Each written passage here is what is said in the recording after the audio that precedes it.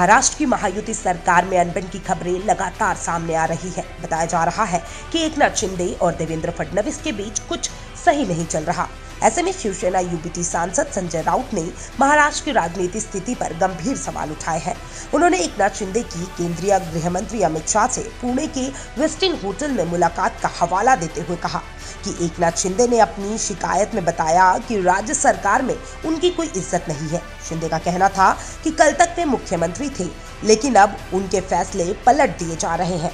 यह बैठक सुबह 4 बजे के करीबन हुई थी, जो स्थिति की गंभीरता को साफ तौर पे दर्शाता है। राउत ने कहा कि इस मुलाकात को महाराष्ट्र के राजनीतिक संकट का प्रतीक बताया और कहा कि ये सब कुछ दिखाता है कि राज्य का नेतृत्व अब दिल्ली के हाथों में है। संजय राउत ने यह भी कहा कि महाराष्ट्र में मराठी लोगों का स्वाभिमान अब खो गया है। राज्य में मराठी भाषा और संस्कृति को बढ़ावा देने के लिए कई आयोजन हुए, लेकिन उनके मुताबिक इन आयोजनों से कोई ठोस परिणाम नहीं निकला।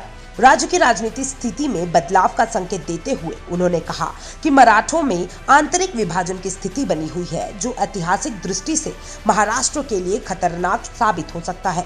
उन्होंने शिवाजी महाराज का उदाहरण देते हुए कहा कि अगर आज का महाराष्ट्र इसी तरह राजनीति और सामाजिक बंटवारे का शिकार हो रहा है, तो वो समय भी आ सकता है जब लोग अपने स्वाभिमान के लिए संघर्ष करने की बजाय सत्ता के मोह में फंस जाएंगे। राउत ने यह भी आरोप लगाया कि महाराष्ट्र की संपत्ति और उद्योग धीरे धीरे गुजरात में स्थानांतरित हो रहा है और पेटेंट्स का मुख्यालय मुंबई से दिल्ली शिफ्ट कर दिया गया है, जो एक संकेत है कि महाराष्ट्र के विकास को अन्य राज्यों के विकास के लिए खतरे में डाला जा रहा है। बेलगाम में मराठी लोगों पर हो रहे हमलों का मुद्दा भी उठाया गया, लेकिन राज्य सरकार इसे नजरअंदाज कर रही है। उन्होंने मुख्यमंत्री फडणवीस के आदेश का भी विरोध किया, जिसमें मंत्रालय के कामकाज को पूरी तरीके से मराठी में चलाने की भी बात की गई थी। संजय राउत ने अंत में कहा कि वर्तमान में जो राजनीतिक स्थिति बन रही है, वो महाराष्ट्र के लिए शुभ नहीं है।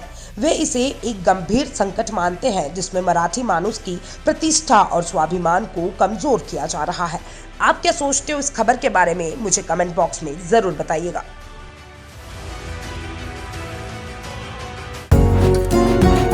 डॉक्टर ऑर्थो, अब दर्द भी घुटने टेकेगा।